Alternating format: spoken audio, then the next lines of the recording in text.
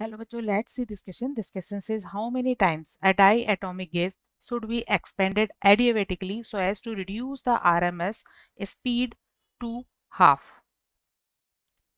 Key concept for this question is यहाँ हमें एक diatomic gas के adiabatic expansion पर वॉल्यूम कितने टाइम इंक्रीज हो जाता है ये हमें कैलकुलेट करना है.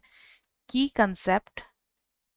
Concept for this question is जैसा कि क्वेश्चन में गिवन है कि यहाँ पर आरएमएस स्पीड हाफ हो जाती है. It means u2/u1 is equal 1/2.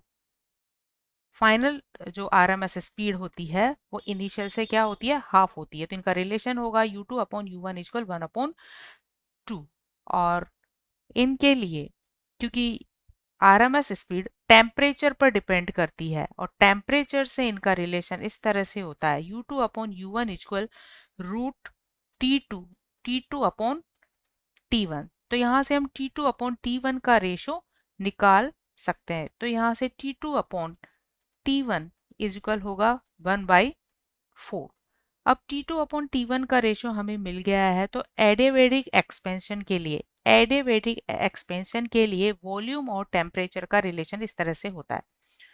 For adiabatic expansion T और V का रिलेशन इस तरह से होता है T.V गामा -1 और गामा होता है F+2 डिवाइड बाय F और F होता है यहाँ स्मॉल f होता है. ये स्मॉल f इज इक्वल होता है डिग्री ऑफ फ्रीडम और ये डिग्री ऑफ फ्रीडम हमें निकालनी है डाई एटॉमिक गैस के लिए. And for diatomic gas degree of freedom f is equal होता है 3+2. 3 यहाँ ट्रांसलेशन से रिलेटेड है और 2 रोटेटरी मोशन से रिलेटेड है. तो इनका सम होता है 5 क्योंकि एक डाई एटॉमिक गैस है और डाई एटॉमिक गैस का तीनों डायरेक्शन में रोटेशन हो सकता है.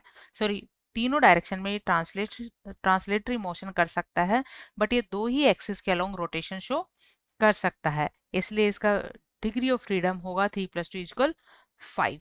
तो ये वैल्यू पुट करने पर हमें गामा वैल्यू मिल जाती है which is 5+2 divide by 5 equal 7/5.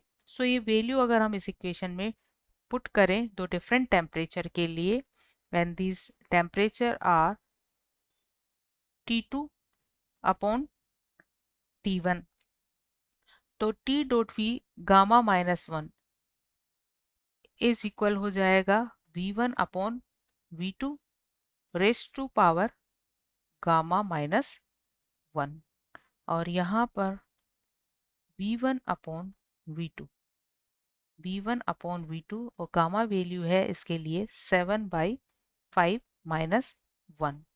So T2/T1 value जैसा कि हमने कैलकुलेट कर ली है ये 1/4 है.